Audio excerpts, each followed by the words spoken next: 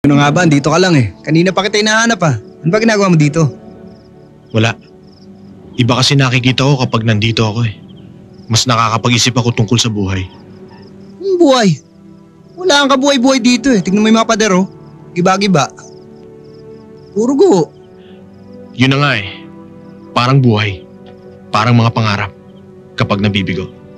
Alam mo naman ang pinakamahirap sa buhay ng tao, hindi ba? Yung mga ngangarap ka't mabibigo. Tulad natin, mahirap lang tayo. Pero may mga pangarap din tayong gustong maabot. Yun din ang naiisip ko kapag nandito tayo. Nakakaramdam ako ng takot. Na baka mabigo rin ako. Na baka mauwi sa gulong lahat. Pero hindi ako susuko. Langya pare. Kala ko puro tapang ka lang eh. May lalim ka rin pala. Kaya mo, pag namatay ka, dito kita pagpapatayo ng monumento. Okay ba yon? Tara na nga, baka maiyak pa ako sa'yo. Tara!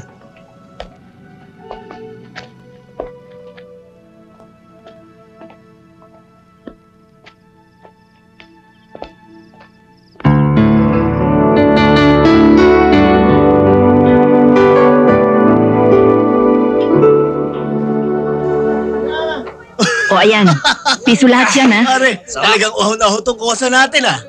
Pati baso, gustong laklakin. Ang dami-dami pa nito abo pare. Sige Oh, ito. pa, tagay pa. Isa pa. Oh, Tagal na kasing tuyong Ano mo yun? Kosa, masarap yata ang pulutan ng sardinas, di ba? Oo, Kosa. Mabagay hindi sa ininom natin. Sandali! Bakit to? Anong gagawin niyo sa akin? Alam mo, tanda, nagse-celebrate kami dito dahil kalalaya ko lang sa huyo. Kulang ang pulutan namin. Akin to! Sa pamilya ko yan, wala ko kami kakanin. Makulit ka! Dami mo Bakit sinasabi! sa akin? masyado ka kasi makulit eh. Kaya napapala mo. Ano pa inaantay niyan, ha? Buksan na yan! Oh. Hoy! Saan mo dadalhin yan? Bakit? Ikaw ba bumili nito? Hindi, bakit? Hindi pala eh.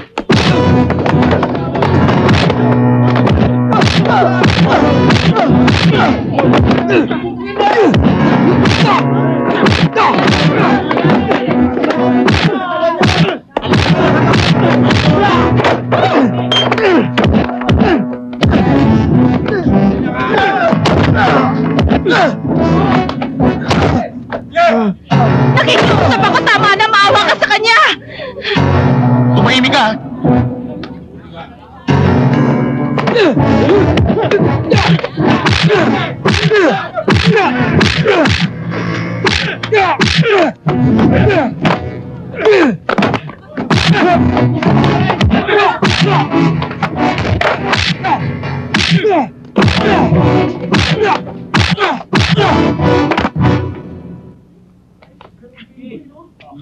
Naku!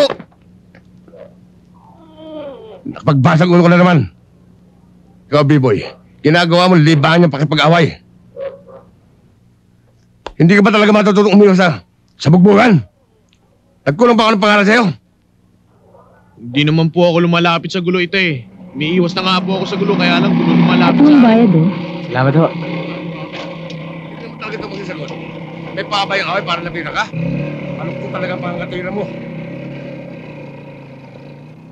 Hindi ka gumaya sa kapatid mo. Mukhang may prayer meeting na naman kayong dalawa. Yung kapatid mo, gusto ko siya magboksingero. Naku, Itay, pabayaan nyo niya si Kuya B-Boy. Ganyan naman talaga yan eh. Feeling niya kasi siya si Superman na tagapagligtas sa mga naaapi. Bakit? Masama bang tumulong sa kapwa? Hindi nga, Kuya. Pero ikaw naman ang laging nalalagay sa gipit. Nagmamalasakit lang naman kami ng Itay sa'yo eh. Tama sabi ni Helen. Kung yan ba lakas ang katawan mo, ginagamit mo sa trabaho, nakakatulong ka pa sa gastos dito sa bahay. Sa away, ano mapapala mo? Puro sakit ng katawan. Galos, bukol. Kung minamalas-malas ka pa, hospital ang bagsak mo. Sila ho ang mamalasin, hindi ako. Ang yabang nito. Kung malasin ka sa akin. Oh, Itay! Ito, tanda mo ha. Security guard lang ako. Hindi ako pulis. Sikyo! Pag nakulong ka, hindi kita kayang ilabas. Pabayaan niyo ho, Itay. Pinangangako ko po sa inyo. Hinding-hindi na po ako makikipag-away. Hindi ko na po kayo bibigyan ng sama ng loob. Pangako po yan. Pexman. Josie!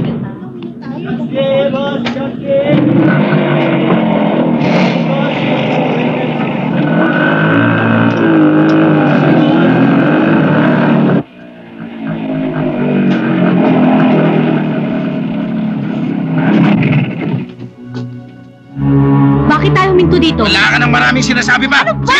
Bakit ba? Bitawan niyo nga ako! O ikaw, yung may dito, no? Bitawan niyo ako, sabi! Ano ba? Ano ba gagawin niyo sa akin? Bitawan niyo ako sabi! Bitawan niyo ako! Mga walang hiya! Ano ba? Bitawan niyo ako sabi! Mamapulo na ka dyan, ha? Biboy! Si Gina!